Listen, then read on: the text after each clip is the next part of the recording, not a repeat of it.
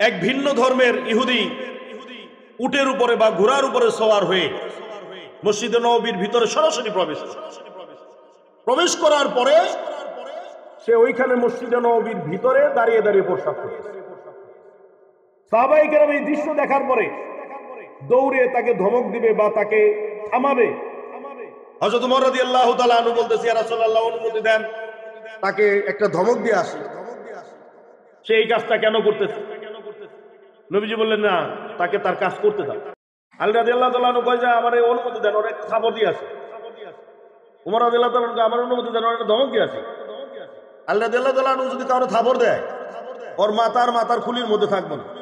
এক ইহুদির লাশ নিয়ে তার সহধর্মের লোক তার সামনে দিয়ে, নবীর সামনে দিয়ে যাচ্ছে। নবীজি লাশটা দেখে উঠে দাঁড়ালেন। সাহাবায়ে কেরাম জিজ্ঞেস করলেন, ইয়া রাসূলুল্লাহ, যে লাশটা নিয়ে যাচ্ছে এই লাশটা কোনো মুসলমান মুমিনের লাশ না, এই লাশটা একটা ইহুদির লাশ। নবী বললেন, সে কি মানুষ না? বিশ্ব নবী মুহাম্মদুর রাসূলুল্লাহ সাল্লাল্লাহু আলাইহি ওয়াসাল্লাম নবুয়ত প্রাপ্ত হলেন, যখন কালেমার দাওয়াত মানুষের কাছে পৌঁছে দিচ্ছিলেন, দ্বীনের দাওয়াত যখন পৌঁছে দিচ্ছিলেন, আল্লাহ নবীকে মানুষ বিভিন্ন ভাবে বিভিন্ন উপায়ে নবীকে কষ্ট দিতেছে। শারীরিক মানসিক কষ্ট দিতেছে, বিভিন্ন উপায়ে নবীকে পেরেশানির মধ্যে রেখেছে। যেখানেই যায় সেখানেই কষ্ট যন্ত্রণা, যার কাছে যায় সেখানেই কষ্ট আর যন্ত্রণা। নামাজে দাঁড়ায়, মাথার উপরে উটের নারী ভুঁড়ি চাপিয়ে দেয়। সাহাবায়ে কেরাম যারা দ্বীন গ্রহণ করেছে, ঈমান গ্রহণ করেছে, তাদেরকে বিভিন্ন ভাবে অত্যাচার নির্যাতন। এই বিভিন্ন অত্যাচার নির্যাতনে সান্ত্বনা দেওয়ার জন্য আল্লাহ রাব্বুল আলামিন এই সূরাটি নাজিল করেছেন। সুবহানাল্লাহ। এই সূরার প্রথম 4টি আয়াত, প্রথম 4টি আয়াতের ভিতরে আল্লাহ রাব্বুল আলামিন নবীকে যে নিয়ামতগুলো দিয়েছেন সেই নিয়ামত সম্পর্কে বলেছেন। পরবর্তী 2টি আয়াতে আল্লাহ রাব্বুল আলামিন আল্লাহ নবীকে সান্ত্বনা দিয়েছেন। লাস্টের 2 আয়াতে আল্লাহ রাব্বুল আলামিন নবীকে নির্দেশনা দিয়েছেন। মোট আয়াত হলো কতটি? 8টি। প্রথম 4 আয়াতে আল্লাহ রাব্বুল আলামিন নবীকে যে নিয়ামত দিয়েছেন সেই নিয়ামতগুলোর কথা নবীকে স্মরণ করিয়ে দিয়েছেন। দ্বিতীয় যে 2টি আয়াত, সেখানে আল্লাহ রাব্বুল আলামিন নবীকে সান্ত্বনা দিয়েছেন। শেষের যে 2টি আয়াত, বাদবাকি 2টি আয়াতে আল্লাহ রাব্বুল আলামিন নবীকে নির্দেশনা দিয়েছেন। যদি কোনো মানুষের মনের কষ্ট থাকে, কিসের কষ্ট? মানুষের একটা হলো শারীরিক কষ্ট, আরেকটা হলো মানসিক কষ্ট। মুফাসসিরিনে কেরামগণ লিখেছেন, যদি কোনো মানুষের মানসিক অশান্তি হয়, মনের যদি কষ্ট আসে, তাহলে যেন সে বেশি বেশি করে সূরা ইনশিরা, এই আলাম নাসরা, এই সূরাটা যেন সে বেশি বেশি করে তেলাওয়াত করে। সুবহানাল্লাহ। মানুষ যখন মনে কষ্টের মধ্যে পড়বে, এই সূরা যত বেশি করে তেলাওয়াত করবে, আল্লাহ রাব্বুল আলামিন মানুষের মানসিক কষ্ট, মনের অশান্তিটাকে আল্লাহ রাব্বুল আলামিন দূর করে দেবেন। এই সূরাটা হলো মানব জাতির কষ্টের সর্বশ্রেষ্ঠ ঔষধ এখানে দেওয়া। প্রত্যেকটা পেরেশানির ঔষধ এখানে আল্লাহ রাব্বুল আলামিন দিয়ে দিয়েছেন। প্রত্যেকটা কষ্টের ঔষধ আল্লাহ রাব্বুল আলামিন এই সূরার মধ্যে দিয়েছেন। যেখানেই মানসিক কষ্ট, যেই ধরনের মানসিক কষ্ট, প্রত্যেকটা মানসিক কষ্টের, মনের যন্ত্রণায়, দুঃখে, কষ্টের সময় সূরা আলাম নাসরাহ আমাদের মানসিক কষ্টের ঔষধ হিসেবে কাজ করবে। জোরে বলেন সুবহানাল্লাহ।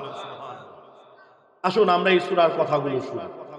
আল্লাহ রাব্বুল আলামিন, আমি যে কথা বলেছিলাম, প্রথম 4 আয়াতে আল্লাহ রাব্বুল আলামিন নবীকে নিয়ামতের কথা উল্লেখ করেছেন। প্রথম কথা বলেছেন, আলাম নাশরাহ লাকা সাদরাক। হে নবী, আমি কি আপনার বক্ষটাকে প্রশস্ত করে দেইনি? আপনার মনটাকে কি আমি উদ্ধার করে দেইনি? আপনার মনটাকে কি আমি বড় বানাইনি? আপনার মনের সমস্ত কলুষতা, সমস্ত কিছু যেগুলো মানবীয় গুণাবলী যা কিছু থাকে, সেই সমস্ত জিনিস থেকে আপনার বক্ষ, আপনার মন, আপনার হৃদয়, এইটাকে কি আমি প্রশস্ত করে দেইনি? আলাম নাশরাহ লাকা সাদরাক, আপনার বক্ষকে কি আমি বিদীর্ণ করিনি? 2টা ব্যাখ্যা। একটা হলো আল্লাহ রাব্বুল আলামিন নবীকে বলতেছেন, আপনার মনটাকে কি আমি বড় করে দেইনি? আপনার মনটাকে তো আমি ছোট বানাইনি, অনেক বড় করে দিয়েছি। সুবহানাল্লাহ বলেন। নবীর মন কি ছোট ছিল না বড় ছিল? কত বড় ছিল, কত প্রশস্ত ছিল। আমাদের মতো ন্যারো মাইন্ডেড ছিলেন না। সংকীর্ণ মন মানসিকতার ছিলেন না নবীজি। নবীর মন মানসিকতা ছিল উদার। শুধু মুসলমানের জন্য না, শুধু ইমানদারের জন্য না, প্রত্যেকটা মানুষের জন্য নবীর মন ছিল প্রশস্ত। প্রত্যেকটা মানুষের জন্য।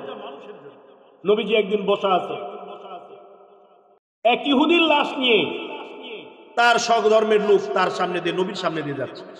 নবীজি লাশটা দেখে উঠে দাঁড়ালেন। সাহাবায়ে কেরাম জিজ্ঞেস করলেন, ইয়া রাসূলুল্লাহ, যে লাশটা নিয়ে যাচ্ছে এই লাশটা কোনো মুসলমান মুমিনের লাশ না, এই লাশটা একটা ইহুদির লাশ। নবী বললেন, সে কি মানুষ না? সুবহানাল্লাহ বলবেন না? নবী সাহাবায়ে কেরামদেরকে জিজ্ঞেস করলেন, সে কি মানুষ না? সাহাবায়ে কেরাম বললেন, ইয়া রাসূলুল্লাহ, অবশ্যই সে মানুষ। বলেন, আমি সে মানুষ এই সম্মানার্থে আমি দাঁড়িয়েছি। সুবহানাল্লাহ। মানুষ এই সম্মানার্থে, ধর্মের বাস বিচার না করে মানুষ হিসেবে সম্মান শ্রদ্ধা করে নবীজি দাঁড়িয়েছে। এই ছিল নবীর মন মানসিকতা। এরপরে প্রসিদ্ধ ঘটনা আমরা সবাই জানি, মসজিদে নববীতে নবীজি বসা আছেন। এক ভিন্ন ধর্মের ইহুদি উটের উপরে বা ঘোড়ার উপরে সওয়ার হয়ে মসজিদে নববীর ভিতরে সরাসরি প্রবেশ করার পরে সে ওইখানে মসজিদে নববীর ভিতরে দাঁড়িয়ে দাঁড়িয়ে প্রস্রাব করতেছে। সাহাবায়ে কেরাম এই দৃশ্য দেখার পরে দৌড়ে তাকে ধমক দিবে বা তাকে থামাবে। হযরত ওমর রাদিয়াল্লাহু তাআলা আনহু বলতেছে, ইয়া রাসূলুল্লাহ, অনুমতি দেন, তাকে একটা ধমক দিয়ে আসি, সে এই কাজটা কেন করতেছে? নবীজি বললেন, না, তাকে তার কাজ করতে দাও, তার কাজটা শেষ করতে দাও। আমাদের মসজিদের ভিতরে যদি কোনো মানুষ এসে প্রস্রাব করে, আমরা বসে থাকবো এনে? হ্যাঁ, কি বলেন? তোরে কিলিয়া তোর বর্তমানে ভালো দেহস না, এটা আমাদের মসজিদ, এখানে এনে প্রস্রাব করতেছ, খায় কাম কাজ না। সাহাবায়ে কেরামের ভিতরে ইমানের ওরকম জজবা ছিল, তারাও চিন্তা করছে যে এই কাম করতেছে। ওমর রাদিয়াল্লাহু তাআলা আনহু যদি কারো ধমক দেয়, ওর পয়সা থাকার কায়দা আছে? ওর যদি থাপড় দেয়, ওর পয়সা থাকার কায়দা আছে? ওর পয়সা থাকার কায়দা নাই। আলী রাদিয়াল্লাহু তাআলা আনহু কয় যে, আমার অনুমতি দেন, ওর একটা থাপড় দিয়ে আছে। ওমর রাদিয়াল্লাহু তাআলা আনহু, আমার অনুমতি দেন, ওর একটা ধমক দিয়ে আছে। আলী রাদিয়াল্লাহু তাআলা আনহু যদি কারো থাপড় দেয়, ওর মাথার খুলির মধ্যে থাকবে না, ওর মাথায় এখান থেকে 2-4 মাইল ফাঁকে যা পড়ার কথা। যেই পরিমাণ শক্তি আল্লাহ রাব্বুল আলামিন হযরত আলী রাদিয়াল্লাহু তাআলা আনহুর বাহুর মধ্যে দিয়েছিলেন। সুবহানাল্লাহ। কামুজ দুর্গের গেট, যে দুই পাল্লার এক পাল্লার ওজন ছিল প্রায় 44 মণ। কত মণ? কামুজ দুর্গের গেট, লোহার গেট, এই গেটের একটা পাল্লার ওজন ছিল 44 মণ। এই যুদ্ধের ময়দানে হযরত আলী রাদিয়াল্লাহু তাআলা আনহু এই কামুজ দুর্গের গেট 44 মণ ওজন, এই গেটটাকে ডান হাত দিয়ে ধরে একটা ঝাঁকুনি দিয়ে ছুটাইয়া এই গেট বানাইছিল ঢাল হিসেবে। সুবহানাল্লাহ।